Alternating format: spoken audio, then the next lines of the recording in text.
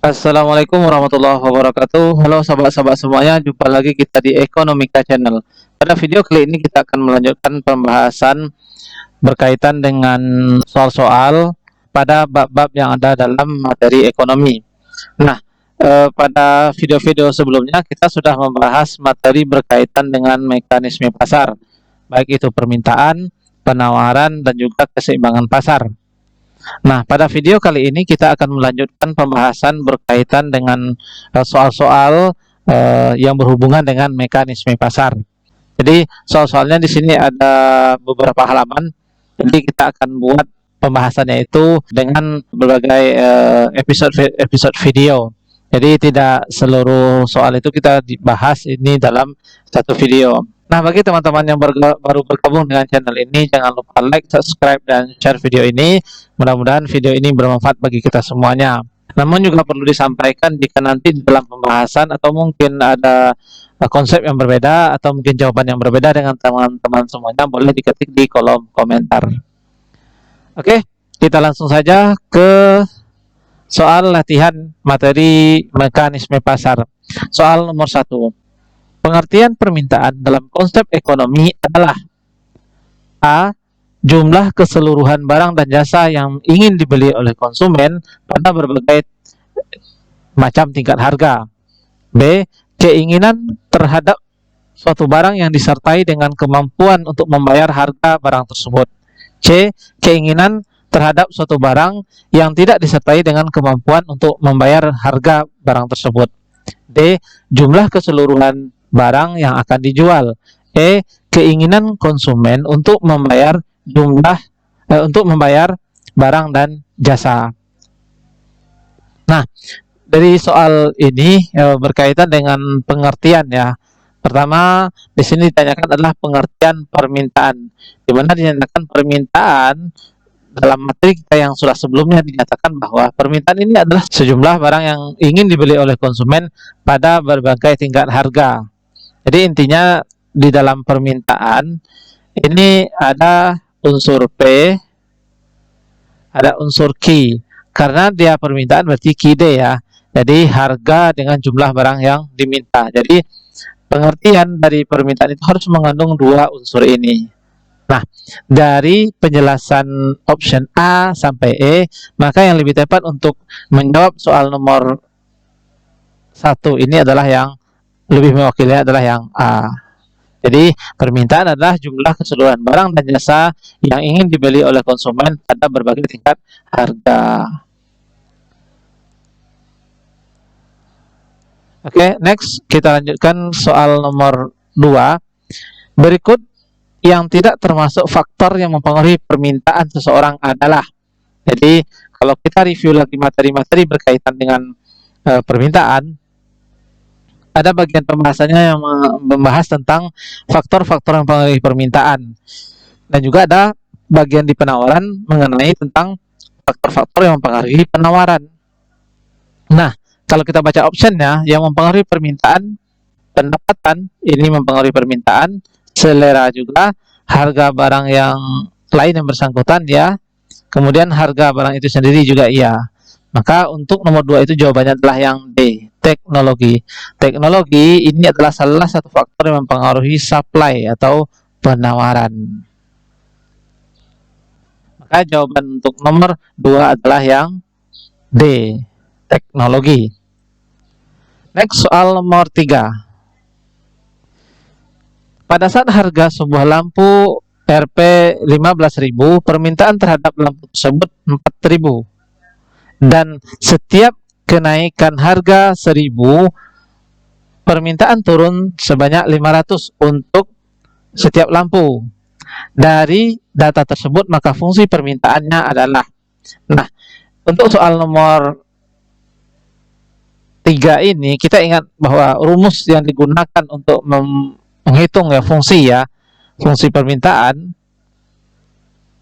fungsi demand, di mana kita ingat bahwa rumusnya adalah P dikurangi P1 per P2 dikurangi P1 sama dengan Q dikurangi Q1 per Q2 dikurangi Q1. Q1. Nah, dari data ini kita ketahui terlebih dahulu bahwa nilai P1-nya ini adalah sebanyak 15.000. Kemudian P2-nya adalah katanya di sini setiap kenaikan harga 1.000, jadi harganya naik 1.000 ya. Kita ambil di sini misalnya 16.000 ya, 16.000. Kemudian Q2-nya, Q1 di sini katanya adalah pada saat harga 15.000, permintaan terhadap lampu itu sebanyak 4.000 buah ya. 4.000. Terus katanya kalau kita cari Q2, katanya di sini setiap kenaikan harga 1.000, permintaan itu akan turun 500 ya. Jadi setiap kenaikan harga dari 15.000 menjadi 16.000 menyebabkan turunnya permintaan lampu itu sebanyak 500. Berarti Q2-nya adalah sebanyak 3.500. Nah, kalau kita masuk ke dalam fungsi, maka P dikurangi P1 sebanyak 15.000 per Q dikurangi Q1 ya, per P2 dikurangi P1, berarti 16.000 dikurangi 15.000, dapat di sini adalah 1.000. Sama dengan Q dikurangi Q1-nya sebanyak 4.000 per 4.000, Q2-nya 3.500 ya, 3.500 dikurangi 4.000, jadi di sini minus 500 ya. Kita coret 2 nolnya di sini, kita coret pula di sini 2 nol, berarti 5 dengan 10 di sini kita jadikan minus 1, min 1, di sini menjadi 2. Kita kalikan ke samping, min 1 kali P, jadi dapat di sini min P sama dengan min 1 kali 15.000, dapat min 1 dikali 15.000 ya, jadi di sini adalah positif ya. Positif 15.000 sama dengan 2Q dikurang 2 kali 4, 8.000. Oke. Nah, karena di dalam jawaban atau optionnya Q yang dikedepankan ya, berarti kita pindahkan di sini adalah Q, berarti 2Q kurang 8.000 sama dengan min P ditambah 15.000. Berarti kita dapatkan di sini nilainya adalah 2Q dikurang sama dengan min P tambah 15.000 tambah lagi 8.000. Berarti kita dapat nilai Q itu adalah min setengah P ditambah ini, mohon maaf, 15.000 ditambah 8.000 dapat 23.000 ya, 23.000. Oke. Jadi jawabannya di sini adalah 23.000, min setengah P ditambah 23.000. Tapi yang mendekati di sini adalah kalau kita lihat fungsinya di sini adalah min setengah ya. Harusnya seperti ini, min setengah ditambah, atau kalau kita mau lihat ya cepatnya, dimana sekarang kan yang diminta adalah fungsi permintaan ya, fungsi permintaan, dimana dalam fungsi permintaan antara P dengan Q itu selalu akan berlawanan ya, tidak pernah akan saling berbanding lurus. Kalau di sini min P, berarti di sini akan positif Q. Kalau dia misalnya di sini positif P, pasti di sininya adalah negatif Q ya. Dipisahkan dengan tanda sama dengan. Masalahnya begini, kita lihat dulu yang A. Di depan Q nilainya positif, di depan P min setengah, berarti ini bisa dikatakan ini adalah fungsi permintaan. Yang B, angka di depan Q positif, angka di depan P plus 5, berarti di sini tidak ada minusnya, berarti ini fungsi supply ya, bukan fungsi permintaan. C, di sini nilai P-nya positif, Q-nya juga positif, berarti di sini disebut juga fungsi penawaran. Yang D, ini negatif, ini positif, berarti ini fungsi demand. Kalau yang E juga fungsi ini positif juga, berarti ini fungsi S. Maka pilihannya itu cuman jawabannya adalah antara A dengan D. Oh, maaf, antara A dengan D ya. Namun kita yang perlu kita ketahui tersebut dulu adalah berapakah nilai angka di depan P-nya ini ya, minus berapa begitu kan. Nah, kalau dalam matematik kan kita ingat bahwa koordinat bahwa sisi miring ya, dia kan angka di depan P atau ini disebut juga koefisien ya, koefisien atau sisi miring, di mana sisi miring atau gradien itu ya, gradien itu kan rumusnya adalah delta Y per delta X ya, delta Y per delta X. Nah, kalau dalam ekonomi ini kita ganti Y-nya dengan P ya, berarti delta P per delta Q. Nah, karena dia fungsinya yang di depan adalah Q, ya kita balikkan ya. Jadi kalau fungsinya di sini adalah fungsi Q, maka kalau kita buat berarti gradiennya atau sisi miringnya itu adalah gradiennya itu berupa delta Q per delta P. Kita lihat dulu selisih Q-nya di sini adalah sebanyak 500. Di 500. Selisih P-nya di sini adalah 16.000 ke 15.000, ini dapat 1.000. Nah, kita coret. Berarti tinggal setengah. Nah, karena dia merupakan fungsi permintaan, berarti di sini kita tambahkan aja minus, berarti minus setengah ya. Jadi maka jawaban yang tepat itu sebenarnya adalah yang A, minus setengah P. Cuman kalau di sini angkanya berbeda ya, harusnya 23.000, di sini terbuat 11.500. Oke. Jadi itu cara cepatnya kalau kita ingin melihat fungsi sebuah permintaan ya. Oke, mudah-mudahan bisa dipahami ya teman-teman. Selanjutnya kita bahas soal nomor 4. Berikut ini adalah faktor-faktor yang mempengaruhi perubahan jumlah permintaan suatu barang. Ini kita masih membahas tentang apa saja hal-hal yang mempengaruhi berkaitan dengan permintaan. Pertama, A, harga barang itu sendiri benar, harga barang substitusi juga, pendapatan juga, selera juga. Jawabannya adalah yang E. Yang E, biaya produksi. Biaya produksi ini merupakan faktor yang mempengaruhi supply atau penawaran. Lanjut soal nomor 5 mengenai permintaan efektif. Ya. Jadi kita lihat dari materi ada beberapa jenis permintaan yang perlu kita ketahui, bahwa permintaan itu terbagi menjadi 3 macam ya jenisnya. Ada namanya permintaan potensial, ada permintaan efektif, dan ada permintaan absolut. Lalu apa bedanya? Yang pertama adalah permintaan potensial. Permintaan potensial itu adalah permintaan di mana permintaan ini didukung oleh daya beli, tetapi belum dilakukan proses pembelian barang. Jadi hanya sekedar kita tahu kalau kita mampu membeli barang tersebut. Jadi ini disebut permintaan efektif. Kemudian yang kedua adalah permintaan potensial. Nah, kalau permintaan potensial itu permintaan yang hampir sama dengan permintaan efektif, hampir sama dengan permintaan potensial, di mana dia memiliki daya beli ya, dan sudah dilakukan pembelian.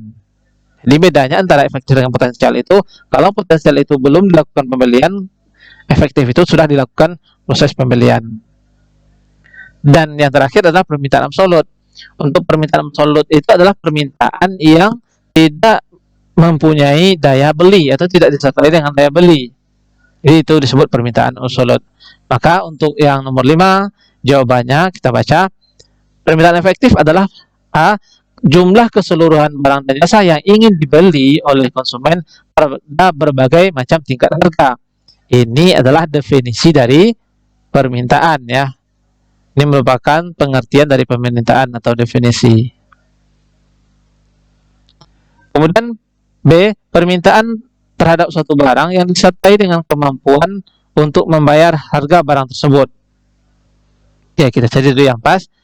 Permintaan terhadap suatu barang yang disertai dengan kemampuan untuk membayar barang tersebut. Ya, mungkin bisa jadi ya. Karena di sini tidak dijelaskan ini apakah sudah dibayar, sudah dibeli atau belum. Oke.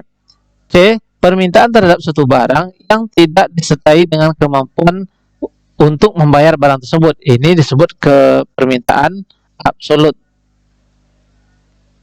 Absolut. D.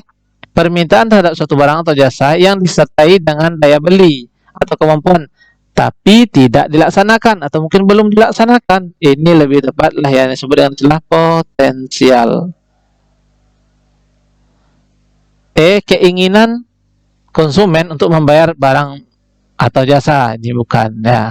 Maka untuk soal nomor 5 ini lebih tepat jawabannya itu adalah yang B ya, permintaan terhadap suatu barang yang disertai dengan kemampuan untuk membayar barang tersebut.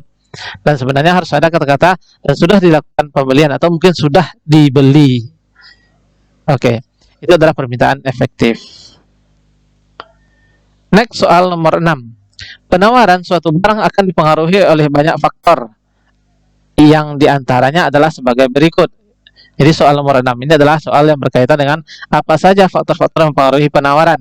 Ya, kita bahas faktor-faktor yang mempengaruhi penawaran. Pertama adalah selera calon konsumen. Maaf, di soal nomor 6 ini dinyatakan bahwa soal nomor 6, penawaran suatu barang akan dipengaruhi oleh banyak faktor yang diantaranya adalah sebagai berikut, kecuali. Jadi di sini adalah ada kata-kata kecuali, berarti yang bukan ya. Selera konsumen. Ya. Selera konsumen ini adalah faktor yang mempengaruhi permintaan atau demand. Harga barang lain ini mempengaruhi juga ke penawaran, biaya produksi juga, bahan baku juga, dan juga kebijakan pemerintah. Maka untuk nomor 6 itu faktor yang tidak mempengaruhi penawaran itu adalah selera. Karena selera adalah faktor-faktor yang mempengaruhi permintaan. Masih nomor 7 dan nomor 8 itu masih berkaitan dengan penawaran ya. Nomor 7, beberapa faktor yang mempengaruhi permintaan dan penawaran diantaranya ada ekspektasi, biaya, tingkat pendapatan, kemudian kemajuan teknologi dan selera. Faktor-faktor yang mempengaruhi penawaran ya. Jadi nomor 7 itu faktor mempengaruhi penawaran, ekspektasi bisa, biaya produksi juga, tingkat pendapatan konsumen itu lebih tepatnya adalah faktor-faktor yang mempengaruhi permintaan atau demand. Kemudian teknologi juga, selera ini ke konsumen, berarti ini adalah ke permintaan. Jadi jawabannya adalah 1, 2, dan 4. Maka jawabannya adalah yang B ya. Jadi ada ekspektasi, kemudian biaya produksi, dan kemajuan teknologi. Makin canggih teknologi yang digunakan, produk yang dihasilkan adalah semakin banyak begitu ya. Maka nomor 7 itu jawabannya adalah yang B. Soal nomor 8 merupakan faktor-faktor yang mempengaruhi penawaran. Ya. Nomor 8 ini kita bahas 1 teknologi. Ini faktor mempengaruhi penawaran, harga barang juga, biaya produksi juga. Selera konsumen ini faktor mempengaruhi demand, pendapatan juga. Ini bersama soalnya dengan nomor 7 ya. Jadi jawabannya adalah 1, 2, dan 3. Soal nomor 9. Hukum penawaran mengatakan bahwa, jadi kita ingat hukum penawaran di mana antara P dengan Q dalam hukum penawaran, antara P dengan Q itu berbanding lurus ya. Dia berbanding lurus. Maksudnya apa? Jika harganya naik, maka jumlah barang yang ditawarkan juga ikut bertambah. Harganya turun, jumlah barang yang ditawarkan atau yang dijual oleh produsen juga semakin berkurang. Jadi ini yang disebut dengan berbanding lurus, searah begitu ya. Kita baca, A, jumlah barang yang ditawarkan akan selalu berbanding terbalik dengan harganya. Jadi kurang pas ya. Harusnya dia berbanding lurus. Maka untuk yang A ini salah. Berarti harusnya ini adalah ke permintaan. B, jumlah barang yang ditawarkan akan selalu berbanding lurus dengan harganya. Jumlah barang yang ditawarkan akan selalu berbanding lurus dengan harganya. Bisa jadi ya. Kita coba dulu centang titik di sini dulu ya. C, jika harga barang naik, maka jumlah barang yang ditawarkan ikut naik. Benar juga. D. Jika harga barang turun, maka jumlah barang yang ditawarkan juga berkurang atau turun? Ya, benar. E. Jika jumlah barang yang ditawarkan turun, maka harga akan naik. Bukan ya, ini bukan hukum penawaran. Nah, yang ditanya di sini adalah hukum penawaran. Seperti yang sudah kita jelaskan tadi, bahwa hukum penawaran itu berarti bunyi hukumnya begitu ya. Kalau yang B, jumlah barang yang ditawarkan akan selalu berbanding lurus dengan harganya. Bukan, ini bukan hukum penawaran. Itu cuma penjelasan atau interpretasi dari hukum penawaran. Jadi bukan ini ya. C. Jika harga barang naik, maka jumlah barang yang ditawarkan juga ikut bertambah atau naik. Benar? D. Jika harga barang turun, maka jumlah barang yang ditawarkan akan turun. Benar juga. Berarti jawabannya untuk nomor 9 ini adalah yang D dengan D ya. Oke.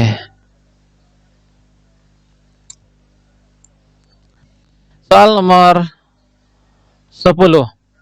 Pada saat harga RP2 jumlah barang yang ditawarkan 5 unit. Pada saat harga RP3 jumlah barang yang ditawarkan 8 unit. Fungsi penawarannya adalah. Jadi kalau untuk fungsi penawaran, kalau kita pakai cara cepat tadi, maka untuk nomor A ini bisa boleh disebut ya, ini fungsi penawaran karena dia sama-sama positif. Bisa jadi yang B, angka di depan Q positif, angka di depan P-nya negatif. Berarti ini permintaan, ini demand. Kemudian untuk yang C juga sama ya, ini fungsi demand karena sama-sama ada negatif ada positif. Yang D ini juga bisa penawaran. Yang E juga penawaran. Karena banyak jawaban seperti ini, maka kita harus cari dulu terlebih dahulu ya, dalam bentuk fungsi misalnya ya. Kita umpamakan dalam bentuk fungsi, maka P kurangi P1 berarti harganya adalah 2 per P2. P2 nya adalah harga 3 ya. 3 dikurangi 2 dapat 1. Sama dengan Q dikurangi Q1. Jumlah Q-nya adalah 5 per Q2 8 dikurangi 5 dapat 3. Oke. Karena di sini Q yang di depan kita kasihkan Q dulu ya. 1 dikali Q dapat Q. 1 kali minima dapat minima. Berarti Q dikurangi 5 sama dengan 3 kali P dapat 3P dikurang 3 kali 2 dapat 6 ya. Kemudian Q sama dengan 3P dikurangi 6 ditambah 5. Berarti Q-nya sama dengan 3P kurang 1. Maka jawaban untuk nomor 10 ini adalah yang A, 3P dikurangi 1. Oke. Oke, itu dulu pembahasan kita pada pertemuan kali ini. Mudah-mudahan ada manfaat bagi kita semua. Terima kasih. Untuk mendukung channel ini lebih berkembang lagi ke depannya, jangan lupa like, subscribe, dan share video ini. Terima kasih. Assalamualaikum warahmatullahi wabarakatuh.